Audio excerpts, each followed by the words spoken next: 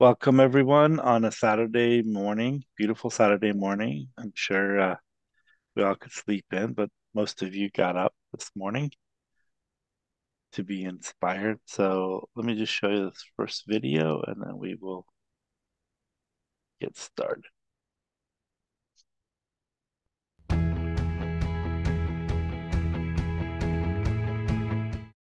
Welcome to today's session, everyone. We are PreMed CC, a student-led organization established in the fall of 2021. Our goal as an organization was to create an online program for pre-medical students at community colleges and universities, with the hope of guiding the next generation of diverse and inclusive physicians. And while we advertise our organization as being for community college students, our events are open to anyone. We realize that finding guidance and mentorship in a pre-med journey can be especially challenging for first-generation pre-med students, people that lack the financial resources, or just those who do not know people in the medical field. One of the best parts about our events is that they are virtual, so you can do it from the comfort of your own home. We typically have events on Fridays from 5 p.m. to 6:30 p.m. Pacific Standard Time, and on Saturdays from 11 a.m. to 12:30 Pacific Standard Time. If you aren't able to attend the event, all of our sessions are uploaded on our YouTube channel. Many of our sessions will end up with a Q&A with the speakers. Any questions that you have, you may put it in the Q&A session on Zoom, and our team members will read them and have them answer.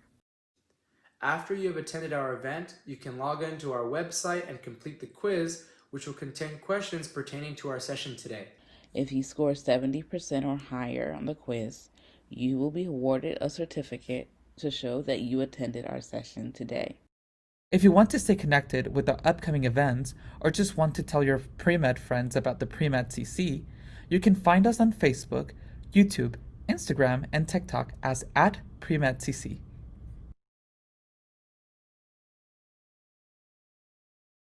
Alrighty, people. Everyone, please give a warm welcome to Dr. Lorena Jáuregui.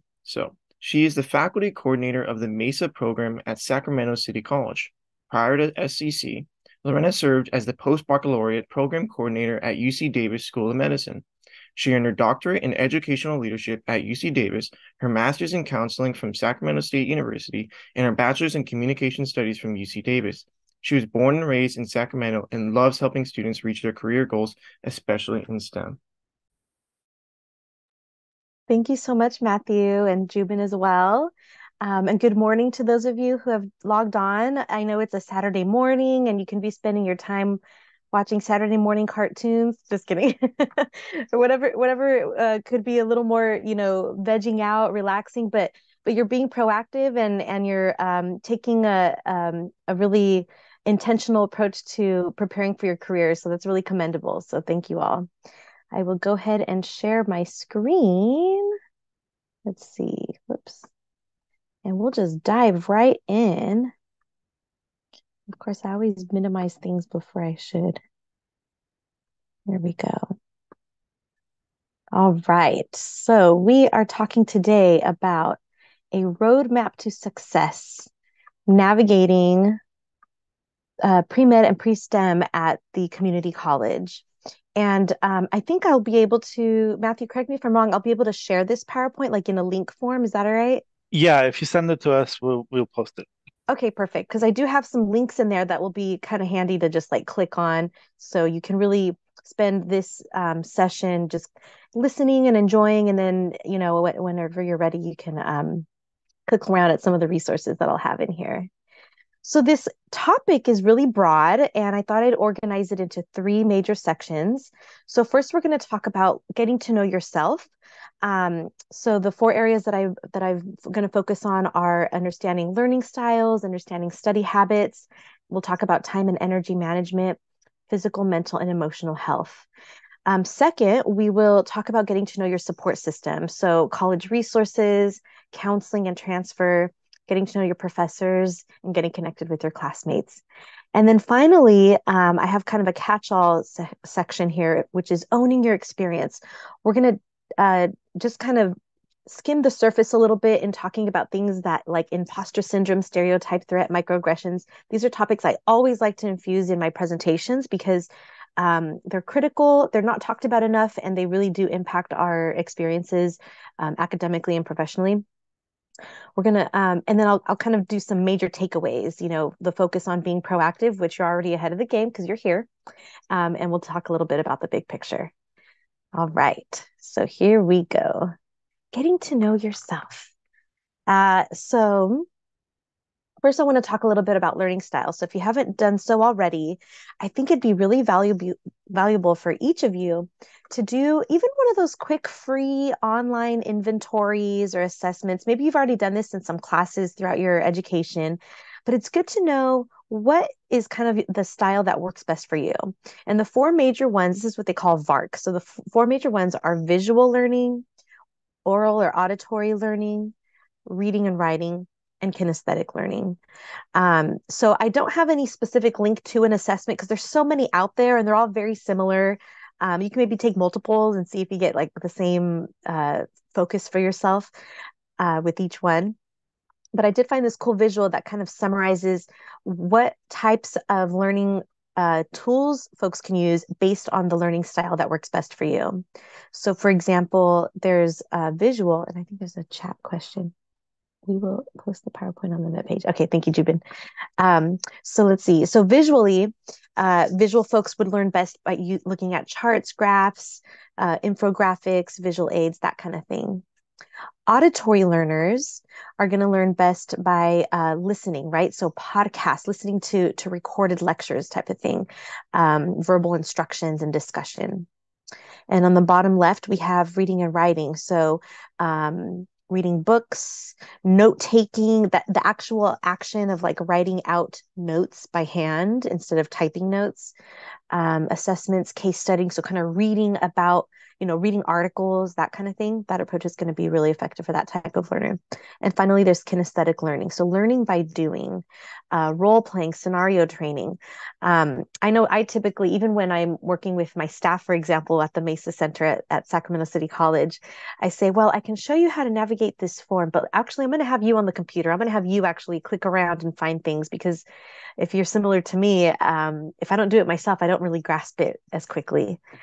So these are the four major learning styles. So if you haven't explored these already, it'll be good to do that. That's my first little tidbit for you. Okay, study habits. So intentionality is key, and this is especially critical for pre-med and STEM students. The concepts that you're typically trying to grasp and retain, there's sometimes a lot of things involved like memorizing sequences or understanding formulas. And those are things that they use a different part of your brain than other forms of studying. For example, if in the social sciences, you maybe do a lot more reflection and critical thinking in a different format. Sometimes the writing is a little more creative, or it just has a different style. So intentionality is very key when it comes to studying in the STEM fields. Having a routine is critical. And actually having a routine is helpful no matter what you're doing in life, whether it's STEM or something else.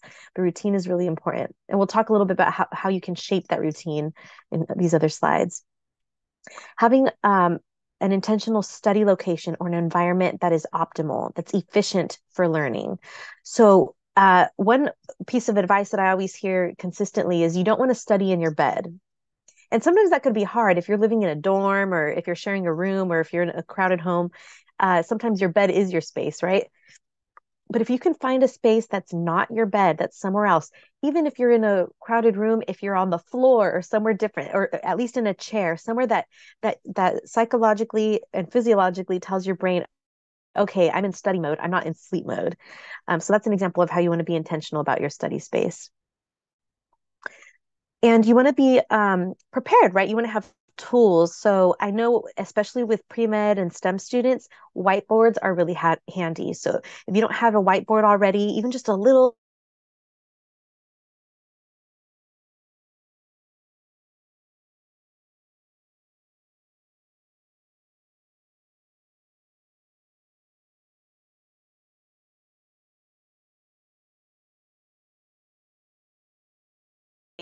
more closely with pre-med students at the medical school. And so that's different tools. You just kind of want to find what's effective for you. Some other components of study habits, note taking. Now, I found these graphics online, but these are just some examples. So when you're in class, you want to think about, what approach should you be taking when you're note taking during a lecture? Are you using notes kind of Cornell style, where you're kind of just writing out lectures in sections on your page? Are you doing a mapping method where you are doing kind of branches out, that it's more of a visual approach? So both of those are examples of note-taking strategies. You want to think about what's effective and what works for you. You want to try different methods. Prioritizing is another approach to study habits. Let's see. Uh-oh, am I still frozen, Jubin? You were just for a second. Oh, okay. Okay. I'll carry on. Luckily, I have this all in the PowerPoint, so if for some reason something gets missed, it'll be in here. Let's see. So carrying on, prioritizing. This is actually a method that I've learned directly from my pre-med students. If you can have your notes, and whether it's handwritten or even digitally, if you can use a highlighter component, pick color coding approaches and have like a code so that each color determines how you are feeling about a concept.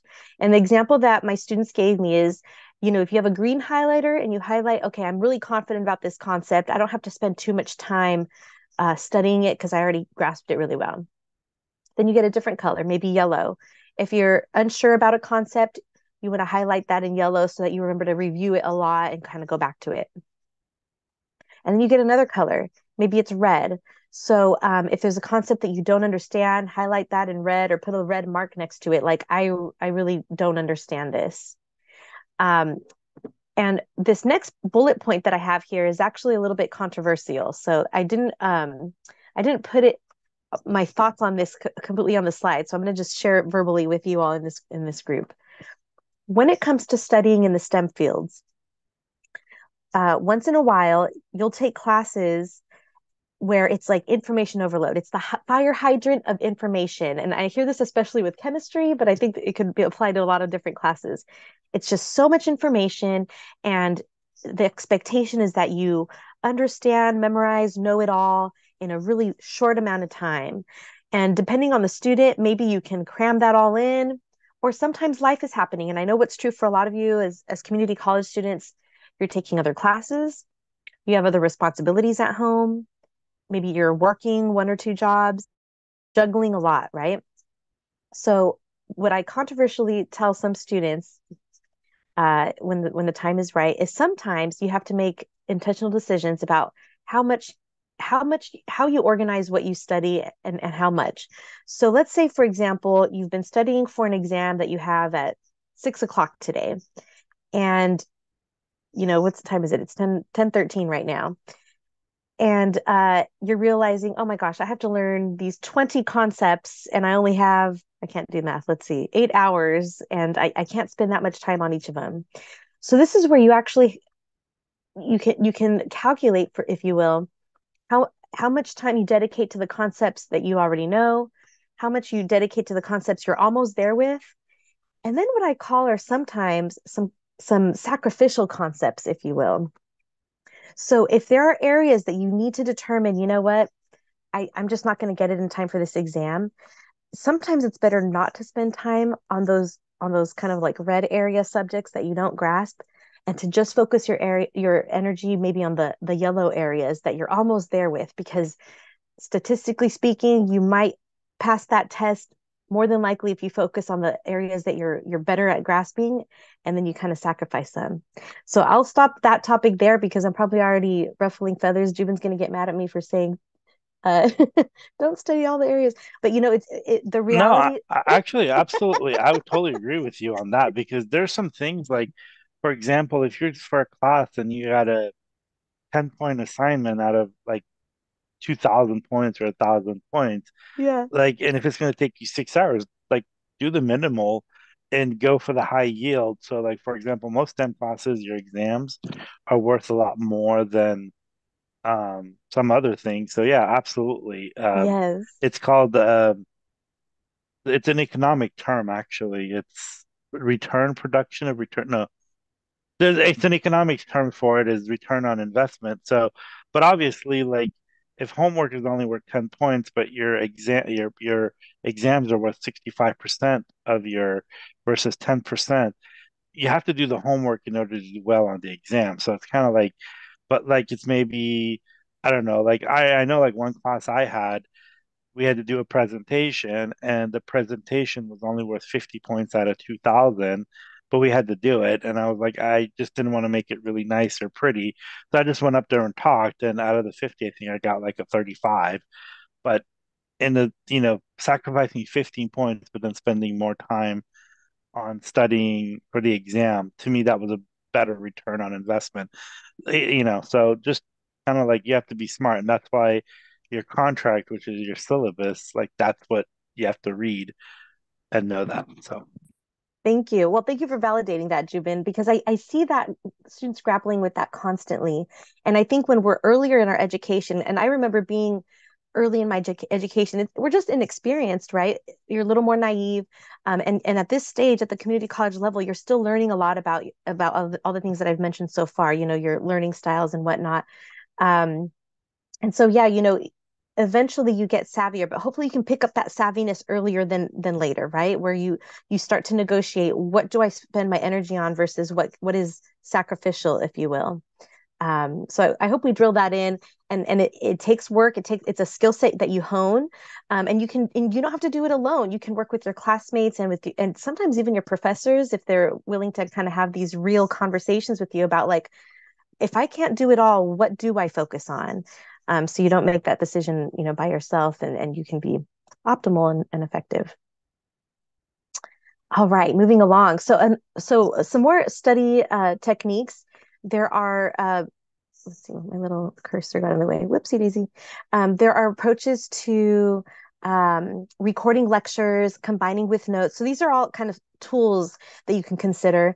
I know back in my day when I was working with pre-med students at the medical school, they really liked using the LiveScribe pen, which is this technology where the pen comes with a special paper, and as you write lecture notes, the pen is also serving as a recording device, and it's recording the audio. So you write your notes by hand.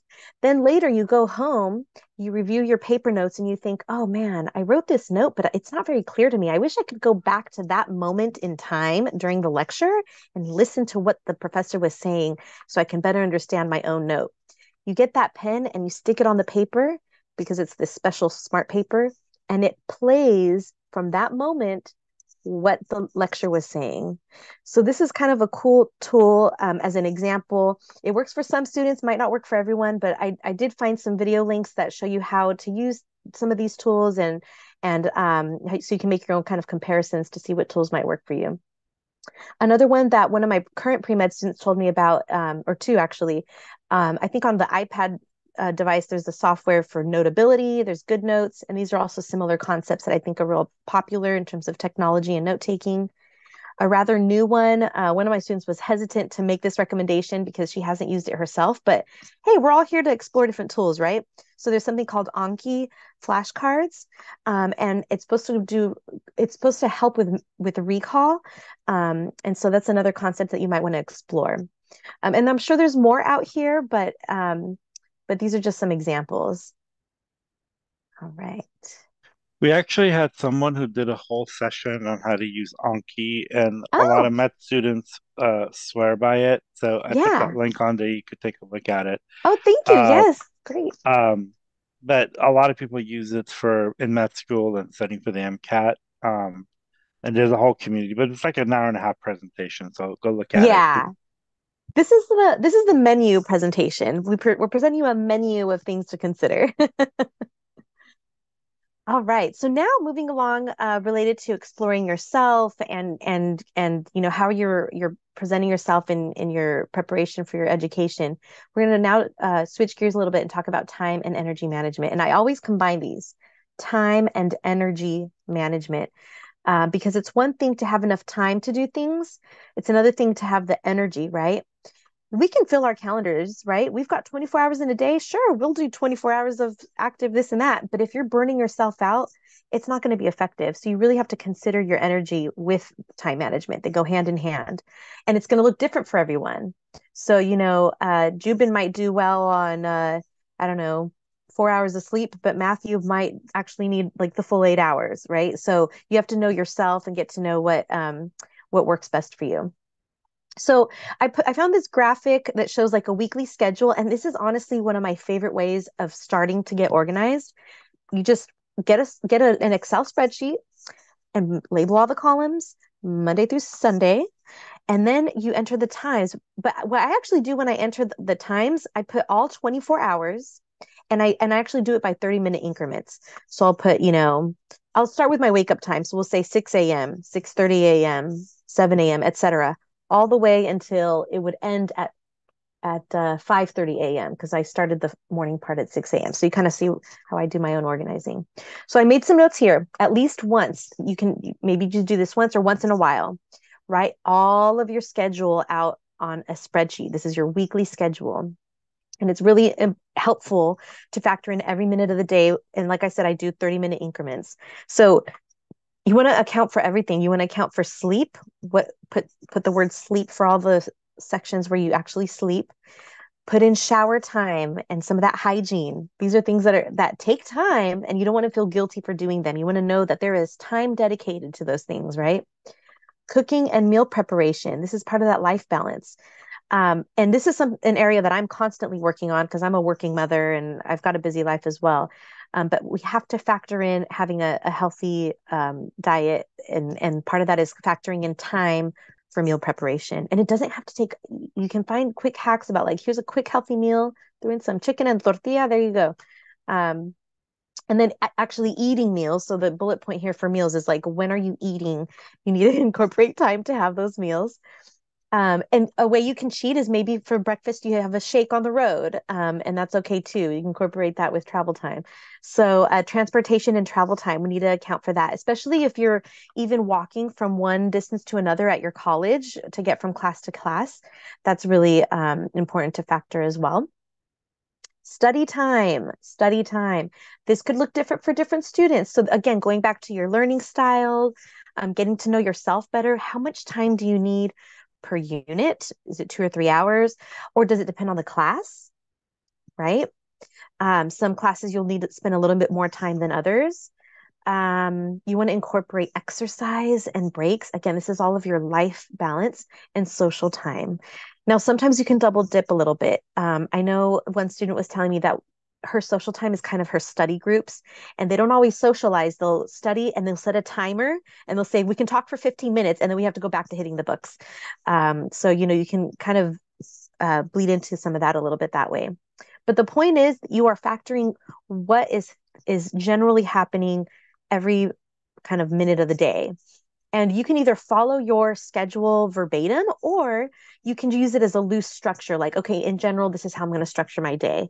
But what I noticed for myself, and this might be true for a lot of you as STEM students, is our days are so impacted. It's just the nature of where we are in life right now, that it's actually more relaxing to follow the schedule line by line, minute by minute, so that you actually have that peace of mind. Like, okay, I am doing what I am supposed to be doing. I carved out these 30 minutes to have a meal, and I don't have to study while I'm having this meal. It's guilt-free time.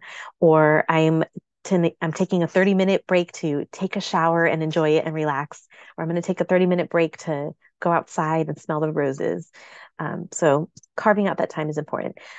And then it's also important to review this and consider where you scale back if you need to, because again, energy management is important. So it's also just kind of a good tool to realize, oh, with my schedule, I'm not able to study as much as I want to because of my work schedule. I wonder if there's something I can finagle that's different. Maybe I can get an on-campus job instead of having this long commute, or maybe get a job that's not in an industry where I'm like called in at the last minute and pressured to work extra hours or whatever. So there's a lot that you can consider when you're looking at this visually in front of you. So that's something big I always drill, is doing a map of your schedule. Moving along. Okay, physical, mental, and emotional health. I kind of mentioned these in the last slide, but exercise is critical. And I'm not saying you have to go to CrossFit and be a heavyweight, a test, strength trainer. Taking walks is huge. Like there's science around it, right? If you just walk, 5 minutes a day or take 5-minute walks a few times a day, you will change your life. Strength training is actually very important as well. Muscle maintenance, it's one of those things where you use it or lose it. So even something simple like some at-home yoga, you can find some YouTube videos and do some strength training that way, just using your own body weight. Stretching could be very simple, but it's really important for your body that you stretch. A lot of we're going into the health fields, right? So we want to also kind of practice what we preach, and incorporate these things into our life. And we want to expand our life, our lifespan as well. Diet, having balanced meals, fresh food. This takes planning, but can be quick and worthwhile. I'm a really bad cook. I also don't enjoy cooking. Cooking does not spark joy for me, but I understand that it's really important. And I have kids, so I have to make sure that they have healthy meals. So, I've learned different hacks, boil some chicken, shred it, season it, put it in the freezer in little pouches, and you have your little pouches of seasoned chicken that you can get creative with meals. I'm always a big fan of tortillas. There's other things you can do, but kind of find those maybe. I'm sure TikTok has a lot of things. I'm not on TikTok, but I'm sure you can find really good hacks about how to have quick, easy, balanced meals so that you're, again, maintaining your bodies and your well-being that way. Outside time, sunshine and fresh air. It's good to reduce screen time. You want to be with nature. That also has a big physiological impact on you. When I used to work with the students who were applying to medical school at that stage, there was a lot of adrenaline around, the application process. You submit your applications, then there's a lot of supplemental forms and essays that you got to submit. And then there's like this really eerie downtime. It's like rush, rush, rush, rush, rush. And then after that, there's this waiting game where the ball's no longer in your court, and you're just patiently waiting to hear back from medical schools. And if you're not busy enough, if you're not distracted enough, it could eat you alive, right? Like it could, you've worked so hard to get to that point, and now it's like silence. And a big practice that we would incorporate with that era of the medical student kind of life was to spend time outside. Don't look at your email every 5 minutes. Get off of those what are those forums? Dr. Net, or I forget what those forums are called. I probably blocked them out. What are they called, Matthew? The Dr. Net or Reddit or student.net? Student.org, Dr. Network, that one. Anyway, take a break from those, because those will eat you alive as well, especially at that stage in the pre-med process. Go outside, take your shoes off, take off your socks, let your feet, stand in the grass. If it's raining, let the rain hit your face. It makes a huge, huge difference to be out there. And then finally, get to know your resources, both on campus and off campus. A lot of colleges now have free food pantries. So when it comes to access to having balanced diets and balanced meals and all that stuff, you hopefully will have access through your own institutions. I know at the MESA Center at Sac City College, we just started a food delivery where we get lots of fresh produce that we can give to students. Sometimes it's canned foods too, and canned foods aren't always horrible if you look at the ingredients and how they're prepared and packaged. So sometimes that convenience could actually be helpful to you. Other resources that are really imperative to your physical, mental, and emotional health include counseling services. Just like we tell folks, maybe there's stigma around going to the doctor for a checkup. Well, we gotta think the same thing about mental health, right? Our counselors are the doctors for our mental health. So go to counseling to kind of have that checkup for your emotional and mental well-being. Especially if those services are free, use them. Your tuition's paying for them, right? So go and utilize those services. Same is true for the health center. I know Sac City College, we have a full-time nurse, which is really uncommon at the community college level. We have a full-time nurse, and we have other health practitioners at our college, and a lot of free resources. So definitely take a visit when you're feeling well to see what all the access that you have there. And then And then you know what's at your disposal when you have that need. But physical, mental, emotional health, this is all imperative and part of your roadmap to success in the STEM and pre-med journeys. Okay, now we're on part 2 and I'm on schedule. Look at me. I'm trying to do 30 minutes per section. So it is 10:30. We're going to talk about getting to know your support system. College resources. So I obviously have to do a shameless plug for the MESA program. They get the big logo here. MESA is the Math, Engineering, Science Achievement Program. Most community colleges in California have MESA now. So you'll want to explore that, look that up at your institution. We provide a lot of services such as tutoring. We have STEM tutoring specific to those high level math, chemistry, physics classes. A lot of the classes that perhaps other tutoring areas don't always have a lot of support for. So that's something that you should definitely look into. Or even looking for like a STEM center. A lot of colleges have like a center for STEM kind of broadly. Look into that. Some other programs, it becomes alphabet soup here. So EOPS is a real popular community college program. It stands for Extended Opportunities Programs and Services. They have a lot of money, and so does TRIO. I forget what TRIO stands for, but these are student support programs that really target student populations that are like first generation college students who qualify for need-based financial aid and that type of criteria.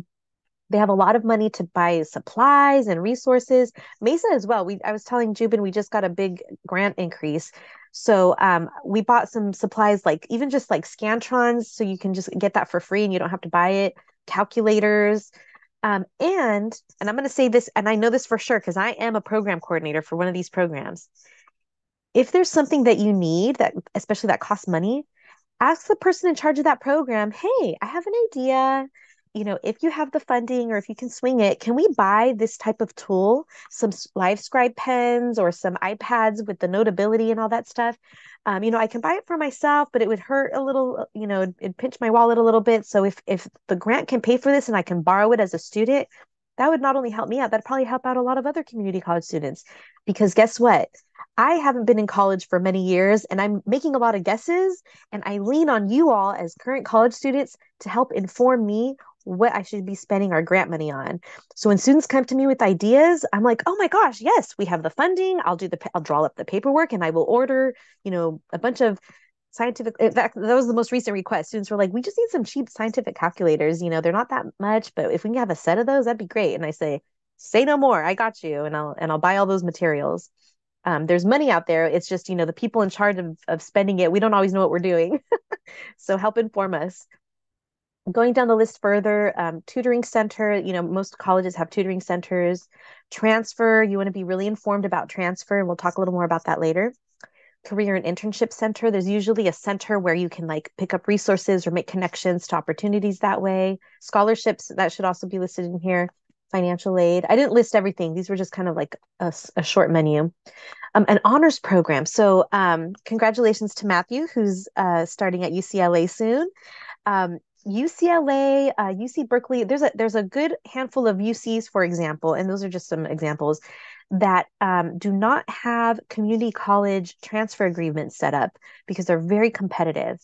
And so if you want to increase your chances of getting into one of those especially competitive institutions, you want to optimize your kind of package as you're applying for transfer by looking into some impressive programs such as honors. And I know honors has a really excellent reputation for equipping students so that they stand out even further for those competitive colleges. So that's my little tidbit about honors.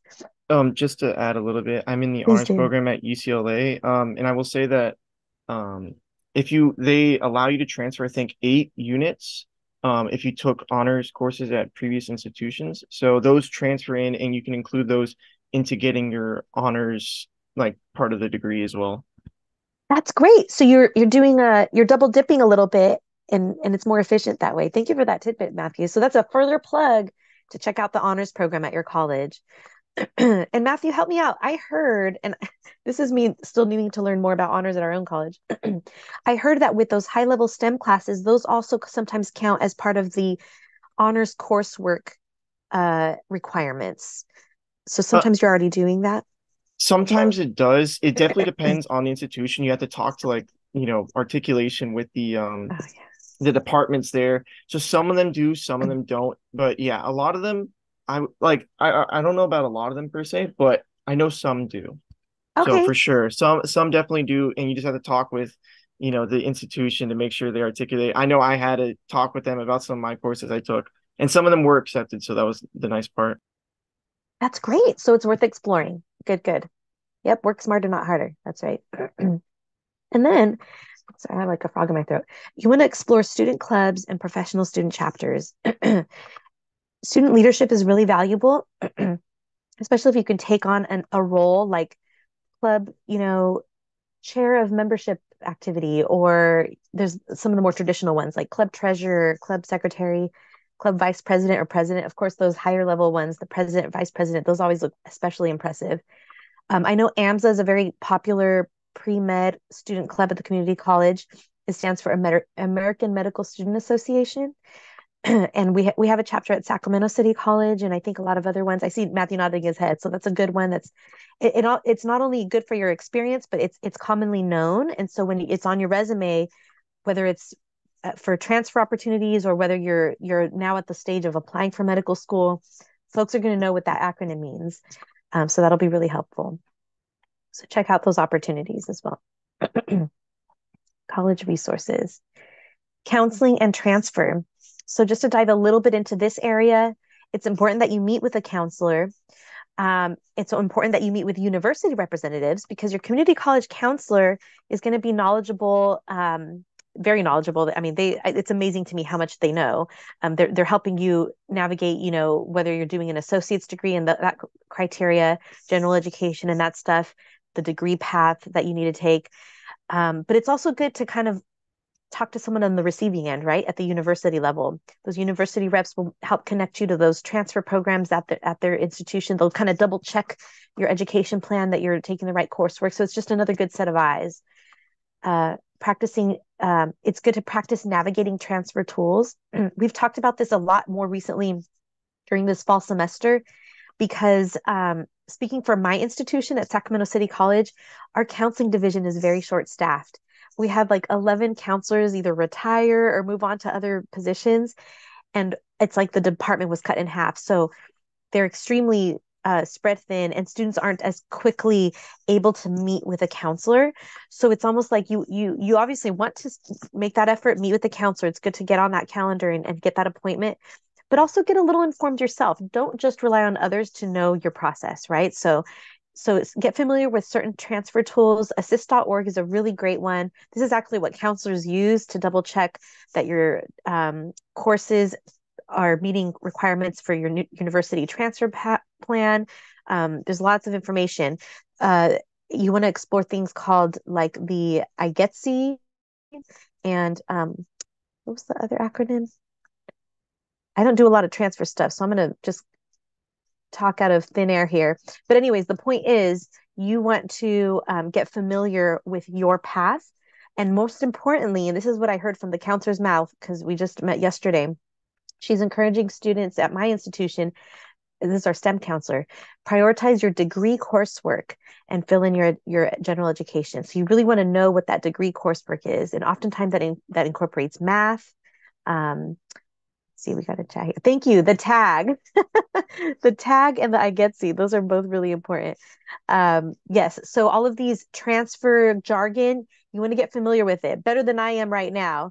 And so this is your plan to success. This is your plan to earn that transfer and to get that degree, to finish that bachelor's degree. So that's really important. Okay, I'll stop blabbing on this slide because you get the idea. See. Professors. Now, what I forgot to include, and Shubin and I had talked about this prior, I forgot to include a slide focusing on syllabus and syllabi. So my apologies, Jubin. We had talked about that prior and I didn't even incorporate it, but I'm going to talk about it during this slide because I think it's relevant. So your professors are obviously very important. They teach your classes. They play a very big role in, I mean, they could, I don't have to explain it to you. You already know professors play a big role in your education. Now they write that class syllabus, and even earlier during this session, Jubin mentioned, your syllabus is a contract between the professor and you, and what coursework, or I'm sorry, what content you're expected to master, what assignments, what exams you're expected to take and do your best in. So reading that syllabus is really important. And I wish I had created a slide to dedicate time to this, because we're still at the beginning of the semester a little bit, right? A couple weeks in, at least if you're in the semester system. And you have time. Look on whatever portal you have, if it's Canvas or whatever your district uses, and see if you have that syllabus laid out there. Spend some time this weekend, read it line by line, because again, it is like a contract. And so you want to understand it. You want to transfer some of that information into your calendar, your personal calendar. If you use a paper agenda, write in some of those deadlines. If you use a Google Calendar like I do, transfer some of that information there. You want to know when things are due, and you want to carve in time to prepare for those things. So you're not just putting deadlines, you're putting in time.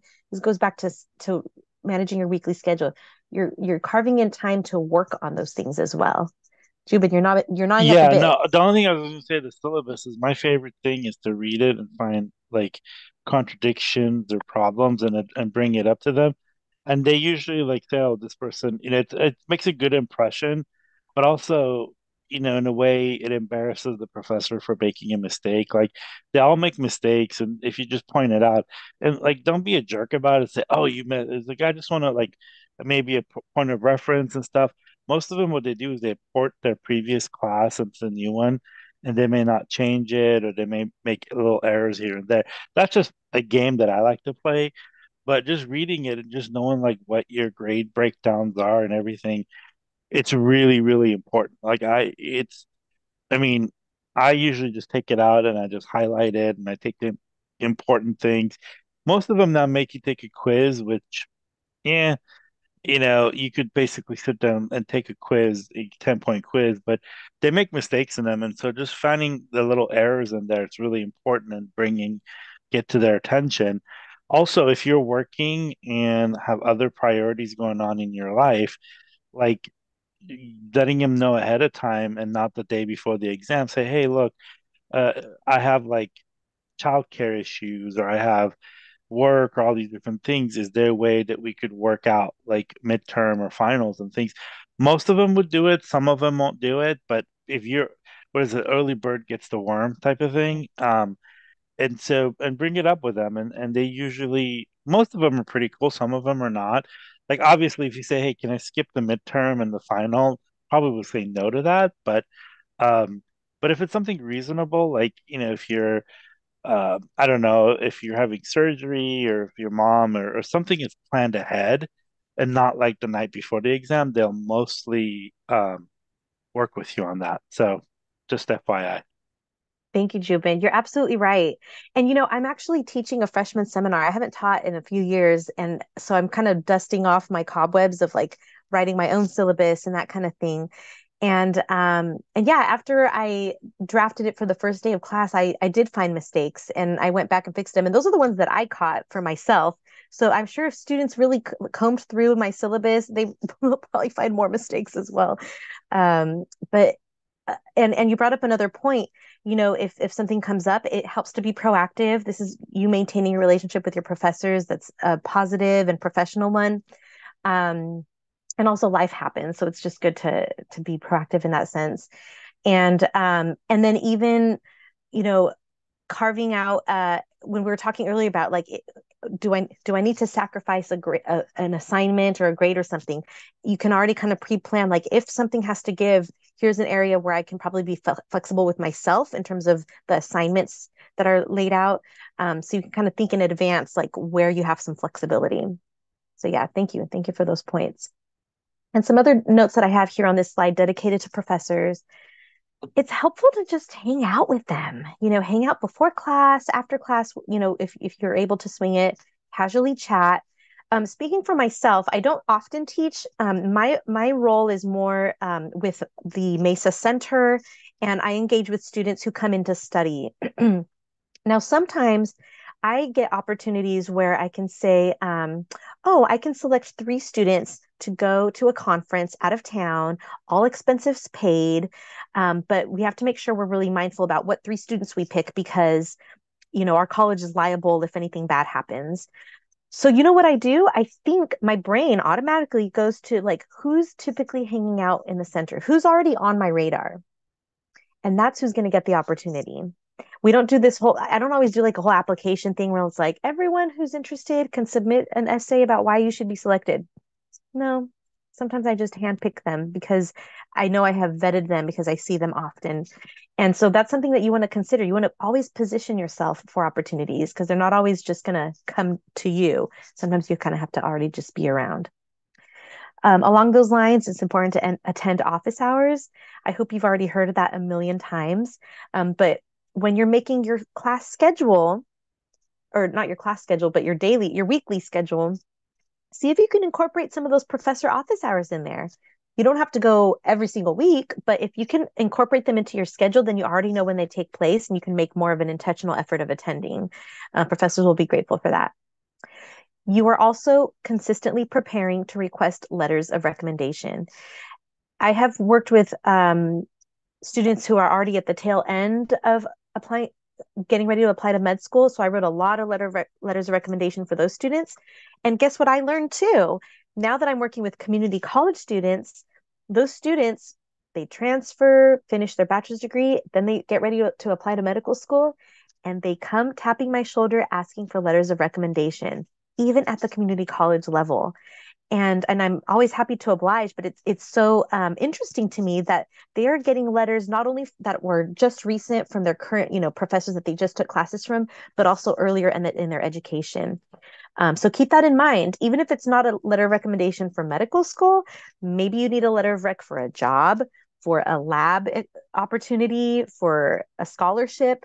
You never know what you need letters for. So you just want to kind of already start grooming those relationships so that you have somebody kind of in your back pocket ready to write a letter for you. This is also another thing, and this is a plug I'm going to make. Yeah, But do it while I plug in my laptop. if you are in a MESA program or any of those programs at a community college and you transfer, I would say the biggest thing you could do is email that MESA director and say, hey, I'm going to be back in town. Do you want me to come and talk to students or do anything like that? And it may take an hour or 2 out of your time and you're at home. You could do that. So if you are on a quarter system, community colleges start in August and you don't go back till mid-September, just email them, say, hey, I could come in and talk to some students or maybe answer some questions. It takes very little effort on your part, but you will definitely stand out to that MESA director. And if you want to come back and say, hey, can I get a letter? You know, they will know you. They know that you came and contributed to the community.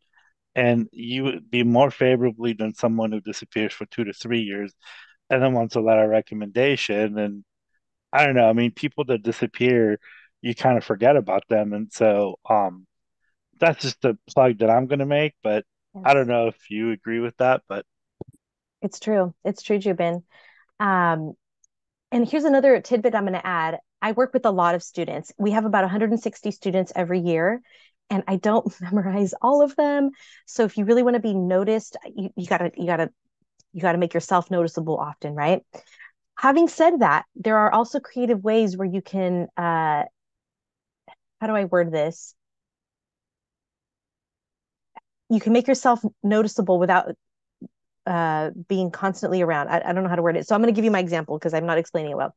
So there's a student. She's been my student. She was my student for about 5 years. From the beginning of her education until she transferred.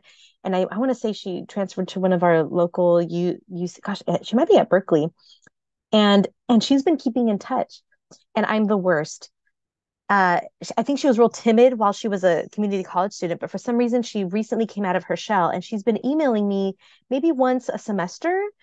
And she says, just want to give you a quick update. I was so grateful for what MESA did for me. And I wanted to share now I'm at Berkeley. I'm doing some work in a lab and I'm hoping to apply to med school in a couple years. And I'm like, oh my God, I have to look her up and find a picture of her to remember who she is. And I'm like, oh, that's right. Now I remember who that student is. But now that she's making this effort, maybe it's a little later now, I'm actually noticing her. And I'm telling you a whole story about her. And so it doesn't actually take that much effort. You could even just do an email once a semester to the people who you feel like would be good, either mentors or someone who you want just kind of in your corner, someone who could write that letter of recommendation in the long run. Keep in touch with a quick email. That's all it costs you. And look at that. You don't even have to go in person. You don't even have to sit in my center and study for an hour. It doesn't take that much time. Send a quick catch-up email. And if your email account, this is a side hack, if your email account has your picture on it, you know how on Gmail you can put your picture, like a profile picture? That's even better, because then we can start to put like name to a face and we can think about you more. But yeah, it's that simple. It's just a polite little like, hi, just want to check in with you as my MESA coordinator. These are some updates about me. I'm not asking for anything right now, just giving you my update. And it also just feels good. Like, as educators, we love to hear from students. We feel a little bit of a little piece of ownership of a part of your journey. Like, hey, I helped that student. And so don't be shy. You're not just a number. I promise you that. You are not just a number. We actually care about you, and it feels good kind of seeing the fruits of our labor, because we work so hard every day, and getting that feedback. So I'll leave you with that. And my last bullet point here is that this could lead to unknown opportunities. So maybe if that student who transferred to Berkeley and gives me emails once in a while now, maybe I'll find an opportunity for alumni, and I'll say, you know what, I'm gonna pick her because she's been keeping in touch. So there's that piece. And then I'm not reading the questions. Let me see. Do we need to keep in touch regularly with a professor from an old school to be able to ask for a letter of recommendation? I'll start with that question, and I'm going to say it's good to, it's like I just mentioned, it's good to keep in touch with a professor regularly. Now, it depends on the person too. Now, I'm the type of educator who I want to support you no matter what. And I tell students, honestly, even if I don't remember you, if you give me a resume, I'll pretend like I remember you. As long as you were in my program, you're getting a letter from me, and I'm going to support you no matter what. But even in my own personal experience, when I was a student, I did have some professors that were real finicky, and they would say, well, only if you took my class twice or two of my classes, and if we kept in touch, then I'll write a letter for you. They were a little more particular. So it depends on the person. So it's better just to play it safe and keep in touch. And sorry, Yeah, there was a second part. Okay. the other thing is I also ask is when you ask somebody to write you a letter of recommendation, ask them if they could write you a good letter of recommendation, because some people are really honest, will tell you that, hey, you know what? I don't think I could write you a good letter. You want to know that ahead of time than to kind of, what is that thing you do at the casino where you throw the dice?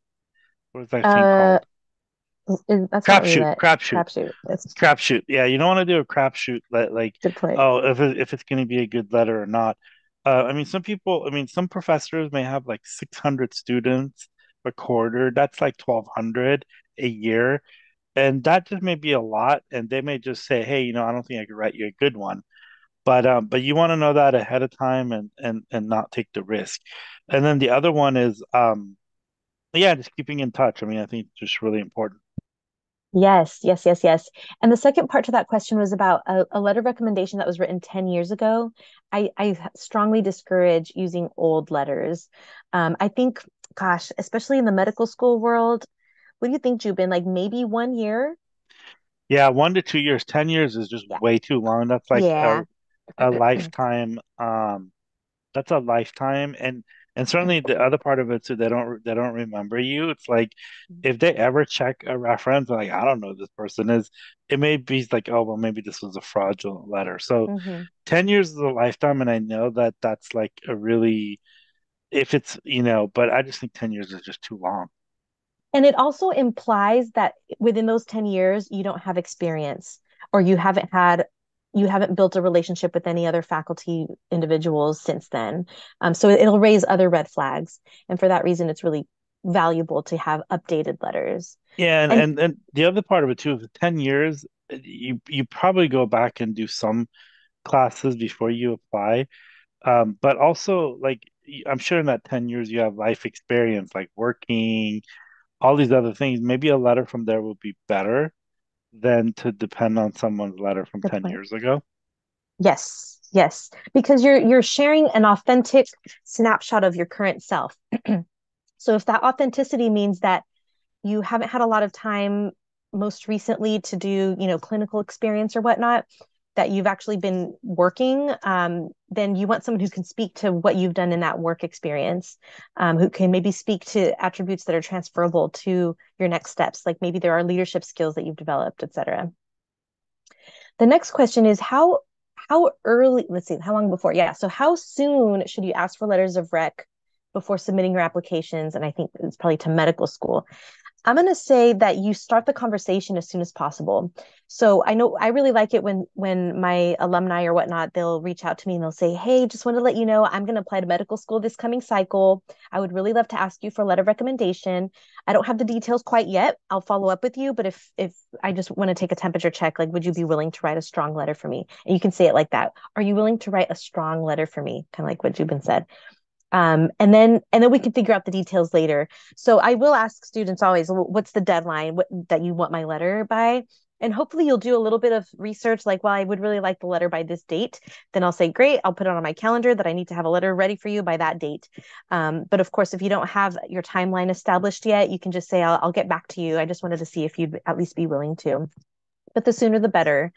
It's also good for your own sake. You don't want to give the same deadline of like the real deadline. And I know it's tricky with medical school admissions because I think there is flexibility, right, Jubin? I kind of forget. Like letters of rec can kind of come late, but don't stress yourself out. Give your recommenders a hard deadline, even if you make it up and you make it early. Then you're not stressing if no letter arrives. And then it holds up your application, right? Like I think you can get held up if you're being considered for an interview. Yeah, don't put yourself to that. I could tell you that some like I would just say it comes down to again respecting the person. If you're giving somebody a week to write a letter, that just means that you just weren't really, this is not something important to you. If you give them 3 to 4 months, that means that you're really serious and they'll take it seriously too. Because I've written letters of recommendation. I've had people ask me a week's time to write them a letter of recommendation. And I can tell you that I just don't do a good job at it. And not that I don't care about this person, it's just I don't have the time to put in the effort to do it. And writing something about someone, you have to go back on your memory. You have to think. Some of us are just not really good writers. So if you're asking your STEM professors to write you letters, they're probably not the best writers in the world. Your English professors, yes, they could, and so it just takes them a long time. You also have to consider some of your STEM professors English may not be their first language. So it's much harder for them to write. And so giving them as much time, it's beneficial to you and you're also respecting them. And again, early bird gets the worm type of thing. They will make it a priority if you made it a priority in your own life. And so I would say 3 months, 4 months, the more the better. I mean, for crying out loud, you spend the last 4 or 5 years preparing for medical school and you know that letters are part of it, Yeah. then you should do that. So also, we're doing a bunch of stuff for summer programs. Start thinking about your summer programs now because you're not applying in the summer. You're going to be applying right before Christmas or right after Christmas. And That's so, exactly right. you know, and so that's those are going to be really, really important to actually get those in line because the other part of it too is that you're not going to be the only person asking for those letters. There's going to be a That's couple right. hundred, people. And so again, early, early, early. Yes, yes, yes, yes. Thank you, Jabin. All right, let's see what else do I have here. Classmates, make friends, form study groups, but also keep focused. I mentioned earlier that one technique is to set a timer. And when the timer goes off, you can chat for 10 minutes and then set the timer again and buckle down and study together. Form study buddies, socialize, even if there aren't academics involved. You're building your village. When I was an undergraduate student exploring different career paths, I have to admit, I'm a social butterfly. So I was instantly turned off by pursuing kind of a medical path because all I thought was, oh my gosh, those students have no lives. All they do is homework.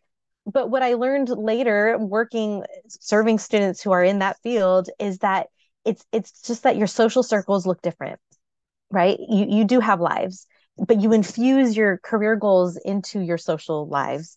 And it's really imperative. It's easy to show up to class and then just go home, especially at the community college. It's a very commuter culture where you just go to class, leave. Introduce yourself to somebody in that class. Raise your hand during class and say, hey, if anybody wants to study with me, I'm going to be hanging out downstairs at the lounge. I don't know how your college is structured. And I'll be there if anybody wants to join me. You have to get out of your comfort zone and put yourself out there, because that's how you're also going to be more effective. Similar to getting to know your professors, you're going to get opportunities that you don't even know about right now by making these networks in this community. I think there was another question here. Casually chat with my professor after and before class, like, how's your day? What do you do for fun? If we haven't covered much in class yet. Oh, so I think you're asking, like, what do you talk about if you haven't covered much in class, I think is the question. Yeah, you can literally just talk about anything. Professors, and I'm going to include myself, we just like to hear students even talk about themselves. So if a student were to come up to me after a class and we haven't really dove into the content yet, and they were just to say, hi, my name's Lorena. I just wanted to introduce you. I'm really excited about your class. This is actually my first semester in college, and I'm a little nervous, but I'm excited to be here. I'm pre-med. I'm a biology major. So I'm just excited to get to know you as my professor as well. Oh my gosh, my heart would explode with joy. Like that would be really exciting to me. So it doesn't have to be it doesn't even have to be academic. It could just be very warm and casual like that. The only thing that I would add too is, uh, you know, not everyone is bubbly as her. Yeah, So, that's true. um, the most thing is, I would say this: if you're starting out a class, and it shouldn't be about class, but what do people like most is you ask about them and want to know about them. It's not all, you shouldn't be doing elevator pitches to your professor the first couple of weeks. It's say, oh, hey, what have they done to get to where they are? They spent a significant amount of time in school. So ask him, hey, where did you go to school? What did you study? What did you like? What was the things you struggled with? What kind of tips would you have? Just asking about like their journey. Like, you don't need to ask him, so are you married? Do you have kids? No, don't, none of that stuff, but more like, hey, where did you go to school? What did you study? What was hard for you? What was easy? What did you enjoy? Like, getting information from people is really important as much as you giving them information. People that usually give too much information, you're like, oh my God, this person's, asking me all of these different things, and they're not going to remember right away. But if you take an interest in people and wanting to know about them, then you end up saying, okay, that's a really cool thing. It's kind of the same thing when you do with your patients when you're a physician. You can't just walk in there. I mean, you literally have to walk in there and ask like 15 minutes and ask him very intimate questions. So it's a practice, and you got to do is to get information from people, because then you say, oh, okay, that's really interesting. You're not just throwing, as a doctor, you don't walk into the room and say, all right, take 2 aspirins and call me in next day. You have to actually get information and then diagnose and then do that. So I think being able to listen to people and listen to their stories and where they come from and their journeys is as much as important as to say, what have you covered in class? It's like, no, I mean, also the other part of it, yeah, what do you do for fun? Like, what did you like? This is a really great question. What did you do in college and grad school that, you know, took your stress away or brought you joy, or de-stressed you or brought you to your center, those types of things. So I think that's another big important thing, is getting to knowing your professor as much as anything else. Yes, absolutely. Absolutely. And you can be authentic. Like Jubin said, not everyone is as like in your face like I am. So think about what is authentic for you. What is your style of communication? So you can keep it brief and ask the one question or bring up the one topic and then wrap it up. And then slowly you'll build that relationship. Same with making friends with your classmates. So that is my assignment to you, is to make friends with your classmates as well. So we are still kind of on schedule, according to my own little schedule here. We're going to talk about owning your experience. So I'm going to dive a little bit into some concepts. These are vetted concepts. There's written research about these things. So if you haven't heard of them already, we have imposter syndrome, stereotype threat, and microaggressions. And these are three concepts I always like to touch on when I present to students, because you may have experienced them, but you might not have known that there's actual like maybe that validation of what these are. So imposter syndrome, one definition here is it's the concept of, a concept describing individuals who are marked by an inability to internalize their accomplishments and a persistent fear of being exposed as a fraud. And I think most people in general have experienced a little bit of imposter syndrome. I know, I think what I've heard some students experience imposter syndrome about is they're taking a really hard class. Sometimes it's like general chemistry or something like that. And it's so intense that they leave a class, one of their class meetings thinking, oh my gosh, I don't think I'm supposed to be here. I think it was a mistake that I'm enrolled in this class. I'm accidentally enrolled. I'm going to get caught. Like, I'm a fraud. I'm not supposed to be in here because some thoughts have entered your mind so intensely, or some experiences have given you this message so intensely that that's where your thought process have gone to. Other areas where you might experience, I know personally for myself, one of the first times I had really intense imposter syndrome was when I started my doctorate program. I thought, oh my gosh, everyone else in this room is way more scholarly than I am. I'm not actually cut out for this. I'm really good at interviewing. So maybe I accidentally interviewed so good, they accidentally let me in, like that kind of thing. Like they made a mistake. I've had jobs where I feel like that, like, oh my gosh, I was hired to be, I think one of my first counseling jobs when I worked as a counselor, it was like, oh my gosh, I was hired to be a counselor. I am not cut out for this. I should have spent more years doing my counselor education type of program. I'm not cut out. I'm not ready for this type of work. But none of that is true. I did the education. I knew the content of what I was supposed to know for what I was supposed to be doing. I was just getting into my own head. So we'll talk a little bit about how to cope with that feeling, but I want you to know that it's real. Maybe you've already experienced it. Maybe you've experienced it this past week. But it's something that you can work through, and you're not a fraud. The other entity I want to talk about on here is racial microaggressions, especially a lot of folks are students of color, folks who experience, it's not just racial microaggressions, it could be gender microaggressions, other type of microaggressions. But sometimes you'll hear messages that are subtle, and you'll hear them kind of throughout your life. So things like, what are you? Or like, oh, you speak English so well, considering what you look like, or, that kind of thing. Let's see, what else is in here? I picked a graphic. You're well put together. That's another one that. Oh, you're well put together. Yeah.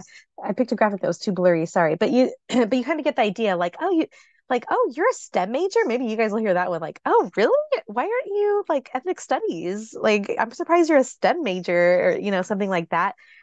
So those little subtle jabs, they add up, they build, and they can lead to a lot of things. They could lead to that imposter syndrome. They could lead to another concept called stereotype threat.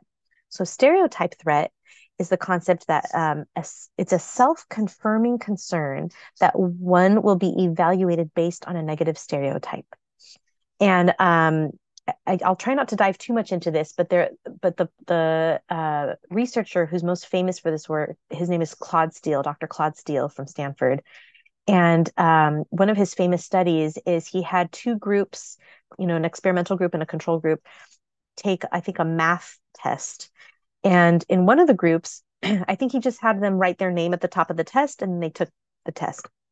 In the other group, he had them not only write their name, but I think, I'm going to tell you the study wrong. I don't know if he also had them write like their ethnicity as a part of like the information they put at the top, or maybe a message was told to them like, okay, do you know this study, Jubin? Yeah, I know. Actually, I actually wrote a paper on it. So basically, Claude Steele was a professor at Stanford, and took a bunch of African American students and white students, and basically told African American students that they're really good at math and gave them a lot of positive Okay, affirmation. it was verbal. Okay. And then he also took and also took him to the basketball court, and he did the same thing with non-black and basically white students, and told them that they're great at basketball and they're terrible at math. And basically, the study correlated that whatever reinforcement that was given, that group did better or worse than that activity. So basically, told the African American black kids that they're terrible at math. They did bad on the math. When you told them they're really good at math and they're smart and they did good. And the same thing with the basketball court. So it just basically proved that, that basically whatever you enforce or reinforce, The messaging you receive. yeah, Yeah. it has that correlation. I'll put that paper up. I'm Oh, trying to great. look for it online, Oh, and good. people Thanks, could look Jubin. at it. Yeah, it's a famous study that I totally butchered. So thank you, Jubin. But the idea is there, right? That you can enter a classroom carrying these microaggressions, these stereotypes, and you walk in and there's this fear that you're going to enforce those, that you're going to prove those stereotypes correct. And it impacts your performance, right? Whether it's in an exam or as you're studying or whatever it may be, preparing for an interview, that kind of thing. So I won't spend too much time explaining these further, but these are some definitions that I think are really valuable for you to do some exploring on your own. But they do have valid, real impact on your journeys. So it's worthwhile to spend some time on this. I do have some tidbits with like coping mechanisms on how to navigate the impact that these theories have on people. So one approach to navigating this is to recognize when you're experiencing it. So even in recent times, when I feel like I'm going into a room and I'm like, oh, I got that dreadful feeling, like I'm entering this room of, I don't know, this conference room and people in suits, and I'm supposed to be at the table helping make decisions, and I'm like, I am not supposed to be here. But then I check myself and I'm like, oh, there's that imposter syndrome kicking in, or if I feel like I'm in a room, I don't know, that's an example, right? So just recognizing it can actually reduce it a lot. Documenting your achievements so that you can tangibly remember them. This is a technique I learned from an educational psychologist, and she did this a lot with our pre-med students, the post-baccalaureate students at UC Davis Medical School. And she said, if you can document your successes so that you can revisit them on paper, you're going to do better, especially when it comes to test taking. So if you ever have that feeling that you go into an exam and you're like, oh my gosh, I don't remember anything, and you just freeze up and your brain forgot everything that you studied, this is one way to mitigate that so that you don't have that feeling. A quantitative way of documenting this, keeping track of your grades, maybe you take weekly quizzes and you do pretty well on those, but it's that final exam or that midterm exam that kills you. If you revisit and say, look, I was acing all these quizzes, or I was getting B's, or I was doing pretty well, I was grasping those concepts. So there's proof right here in front of me in paper that I know this content. Qualitative, this is actually her favorite one for this particular psychologist. She said, if you journal how you feel about the material, and you document that you absorbed the content on that day or whatever, then you'll be able to remind yourself later that, yes, I knew that at one point, therefore it's still in me. So as you're taking notes, maybe have a little column to the side, like nailed it, put nailed it next to each day that you actually got a concept, so that you can remind yourself later when these icky feelings come up. So there's your little hack for you. Visualizing and expecting success.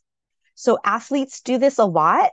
I'm not an athlete, so I'm not going to explain to you how they do it, but I have a feeling they do some pump it up stuff. They say like, close your eyes, envision yourself making that field goal, or envision yourself jumping that hurdle, or whatever the heck.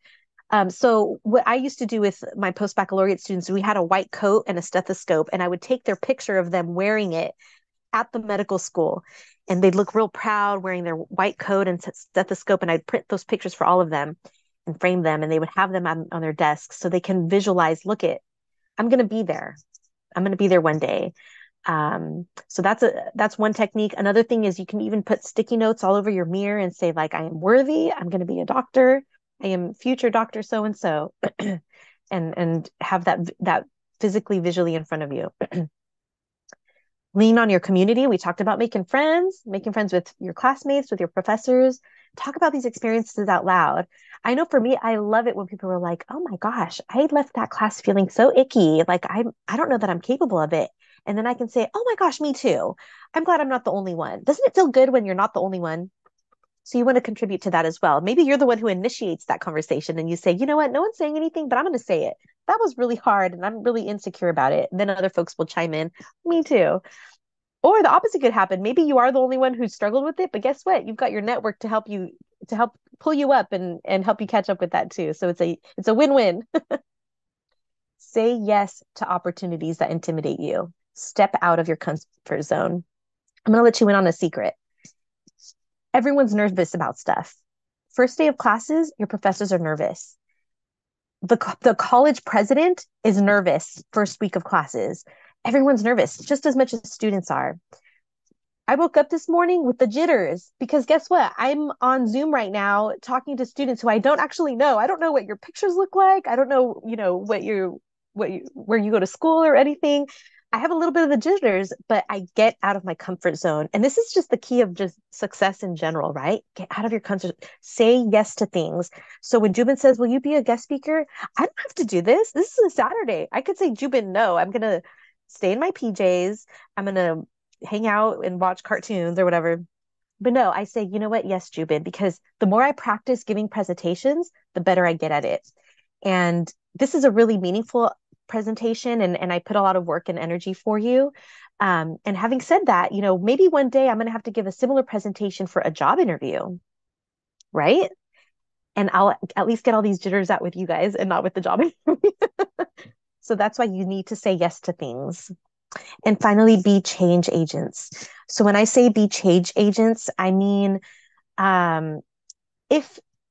if the opposite happens and you're maybe not in a vulnerable position, but you're instead in a position where you have some power, maybe you become that club president and you get to go to the meeting where all the club presidents go and you get to make decisions for the college. Think about all of the folks who are struggling, right? And I'm not going to dive too much into that because I can go on a really long soapbox about being change agents. But if you're not already, you are entering a field where you're going to have a lot of power. Just having that title, such and such MD, people are going to look to you for expertise and you're going to have a lot of influence. So make sure you keep that lens in mind that you do it for the greater good and you can already start now. Okay, I'll get off my soapbox. There's some stuff in the chat. Okay, yeah, Jubin's got good resources in the chat. Okay, so this is a 30-second video. It comes from a 20-minute TED Talk that is one of my favorite TED Talks. Dr. Amy Cuddy talks about imposter syndrome, and she does this really beautiful explanation of the science around it, the physiology. But for the sake of this presentation, I'm going to show you a 30-second clip, and I hope, Matthew, I'm going to ask you for a thumbs up if you can hear the audio. Okay, here we go. Is there audio yet? No audio. Okay, we're going to do the captioning.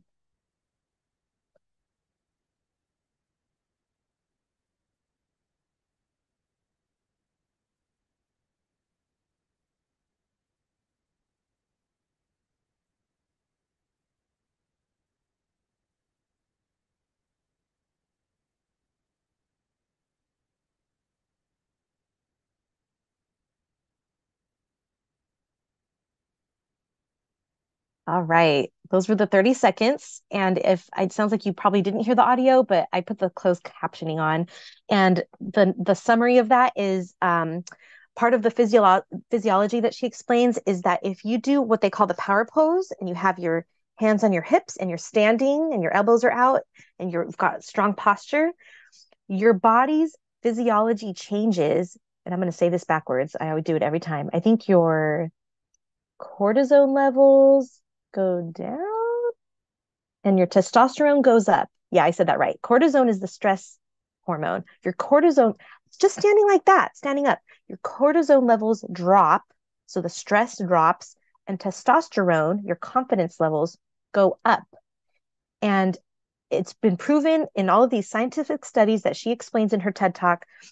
So if you're going into an exam, run to the bathroom before, Try to find the biggest stall, stand for 30 seconds or so, make your body really big. I've also seen the bear stretch where you put your arms out like a victory cheer. Make your body tall and wide, and all of that physiology is, I can't even say the word. All that physiology is going to change so that you actually enter your exam more confident. She uses the example of interviews. So same thing. You're preparing to walk into an interview, stand like that. Don't curl yourself up into a ball and or make your body too small as you're sitting in the waiting room. No, stand tall and proud and confident. It's kind of the whole like fake it till you make it, but instead you're being it, right? You're being it. Okay, I will move on. Let's see. Is it letting me click? Oh, here we go. Is that the next slide? Yes. Okay. So some final takeaways. I just have 2 slides left. Look at this. I'm doing great on time. Be proactive. We have talked about this throughout the entire presentation. Reach out to that professor, send that awkward email, introduce yourself to that classmate, attend that workshop or that presentation. And I think Jubin's quote was, the early bird gets the worm, and I'm going to add to that, the squeaky wheel gets the grease. I mentioned earlier, when I have an opportunity for a handful of students, I don't put a flyer up. I handpick them from who I've seen around, who I think is worthy, right? Be brave, put yourself out there. Oh, nice. Thank you. The TED Talk with Amy Cuddy, Amy Cuddy is in the chat. And here's my very last slide. Okay, the big picture, and this helps. I know this type of thinking has helped with those medical school applicants who are in the waiting stage, right? You've already done everything you can, and everything's out of your hands, and it's that anxiety of like, oh my gosh, now what happens? We're all out here doing our best. We all get nervous, myself included. We all make mistakes. I probably made a few throughout this presentation. We all want that thing we're trying to grab. That community college professor gets nervous on the first day. That doctor gets nervous on the first day of med school or the first day they're being a doctor at the hospital. But everyone, it takes a village. We are all here for you. I'm going to paint the world in rose-colored lenses. We are all, it is human nature to be communal and to support each other in society. We don't always see it. We don't got to talk about the news or any of that today, but it's general. It's generally innate that we are here to support. Okay.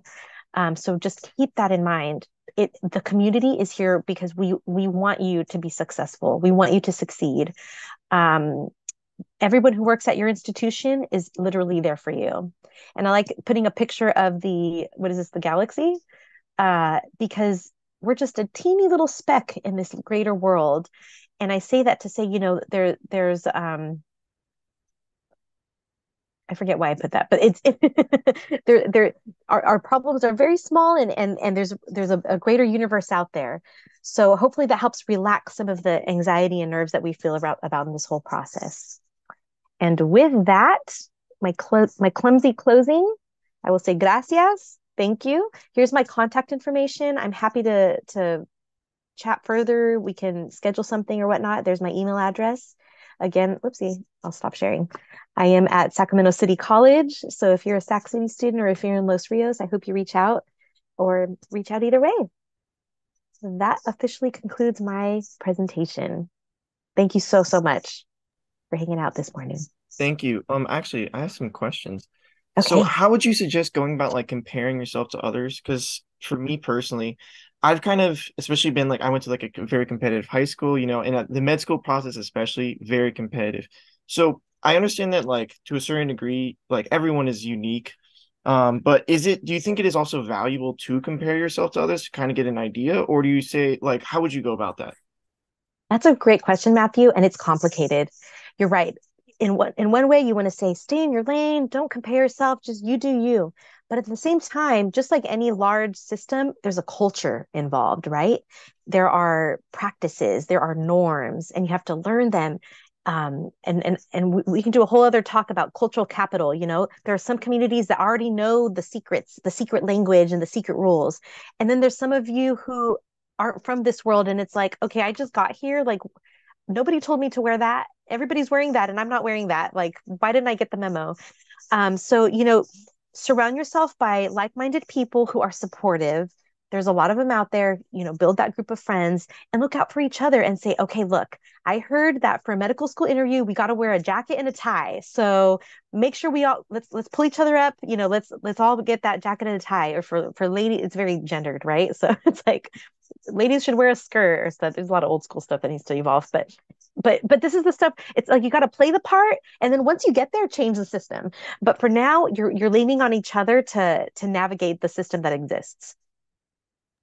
Another question is, do universities and medical schools value certain types of recommenders over others? If so, which recommenders do universities and medical schools value most? For example, like full-time faculty versus part-time faculty.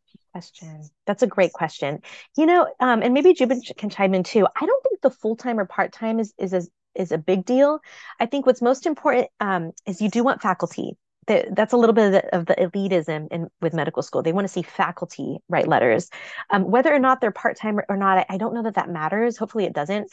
But you want to have had meaningful experience with them. So maybe you took their class, or in my case, I'm the MESA coordinator, so I'm a faculty coordinator. So students were enrolled in my program, or I help advise like our AMSA club. So maybe they're a student in the AMSA club, that kind of thing. If I can speak to something that we've had some kind of experience together directly, then it's really valuable. Okay, Jubin says they don't know if they are. Oh, good point. They're not going to know if they're full-time or part-time.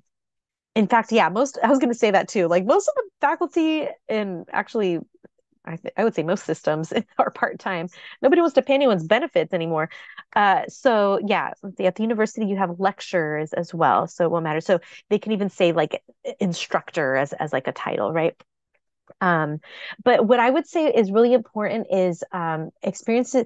You definitely want letters of recommendation that are recent, from recent experiences. So a professor you had within the last year, a clinical experience within the last year, critical. Maybe a research experience from the last year.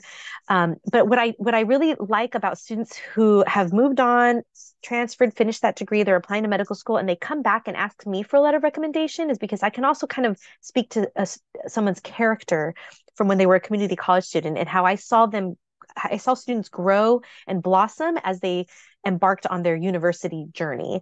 You don't want all of your letters of recommendation to come from 2 or 3 or 4 years ago, right? But you're going to ask for a handful of letters, so it's okay to have like 1 or 2 maybe that are from earlier and those types of experience. But yeah, going back to your original question, if they're full-time or part-time, I don't think that's going to have an impact. I think definitely as well with the getting like from a CC as well, getting a letter of rec. I mean, they do say it's it's supposed to be holistic, right? It's supposed to get all of you. So, just because you're like, as you said, like you can speak a lot to their character, a lot to their journey up into that university. So it is important to get like that full, overview of it. That's right. That's exactly right. All right. How would you suggest going about taking like a step back if you have too much on your plate? Yes, scaling back. That involves some soul searching, maybe some mentorship. So let's say, I've seen this a lot. Students get overcommitted when it comes to their extracurriculars, which are valuable, right? There's clinic, there's the research, the lab stuff. Sometimes, especially if you're really good, you're going to get pulled in deeper and deeper. Like, oh, Matthew, thank you. I'm so glad you're here at clinic. 1 day a week. You're so good though. Like, can we have you like 3 or 4 days a week? And actually, can you also be in charge of this particular project? You're just so good at it, even though it's like unpaid, and but you're going to get a really good letter. So this is where you got to negotiate. And I think this goes back to a lot of the theme that Jubin and I have been talking about. What did you call it, Jubin? That economics phrase, return on investment. Return on investment. Are you going to get a letter of recommendation even if you just do that 1 day a week? Probably. Don't get paid in praise. And I think this is especially common. I'm gonna generalize here, okay? I think it's especially common with women and women of color. We often get paid in praise. And that's not to say it doesn't apply to other people too, but it's a lot of like, oh, we can't increase your salary, but you do such a good job, and it's too bad, because I bet that person who's also at clinic, who doesn't do a great job, they're going to get the same great letter of recommendation as you do. Now, that's not to say do a bad job, but like commit to what you can. And sometimes you need to get mentorship from your friends, from your loved ones, from your professional mentors. Maybe it's the professor, a faculty member. Like, okay, look, these are all of my commitments. Where, just looking at my resume right now, where do you think I could scale back? You know, and I just gave one experience, but maybe you're overextending yourself academically. That's a real challenge as well, right? Because you're rushing to get out of community college. Remember, it's a marathon, not a race. Maybe don't take 25 units in all STEM. You know, have a real tangible plan. Whether you become a doctor at age, let me see, at age 25 or 30, that 5 year I'm making up a number, right? But that 5 year difference is you'll still be a doctor for 30 more years, right? Or 35 more years. But you don't want to lose hair or whatever, have that kind of stress because you're so stressed in that moment trying to crank something out that's just not realistic for your situation. Yeah, no, I totally agree. I mean, your grades are important and doing extra, and I think that the part of the whole imposter syndrome as well is that um, certainly students of color, first gen, they think that they have to do more than they have to kind of fill in those gaps or those places, that insecurities that we have. And so, yeah, I mean, that's, I think grades in MCAT, I mean, are so important, and no amount of, volunteering or anything else is going to replace that. And so if that means that you're spending that extra time in the clinic, that's going to cut into your studying, then that's probably not a good return on investment. It's kind of like, and I think that's the big, and I'm pretty sure that's what uh, uh, Dr. J talked to a lot of post-bac students, is that's what a lot of them did, and that's why they were doing it post-bac. So I don't know. I can't speak to that, but Yeah, they learn things a little later, but they do learn them. But I mean, you're in a position where you're not there yet, right? So you can kind of learn those mistakes, I suppose, early on, or rather learn them before they're mistakes, right? Yes. Any other questions? I'm going to put my presentation in the chat. I think that is all the questions we have so far. I put my PowerPoint in a PDF format in the chat just because I know sometimes fonts and stuff get weird and it'll look different. And I very hastily threw in one slide about syllabus so that it's in there. All right. Oh, thank you, Jeanette. Very sweet. All right. Well, thank you. Thank you, Dr. Jáuregui. Thank you so much. It was Thank great you, being Matthew. able to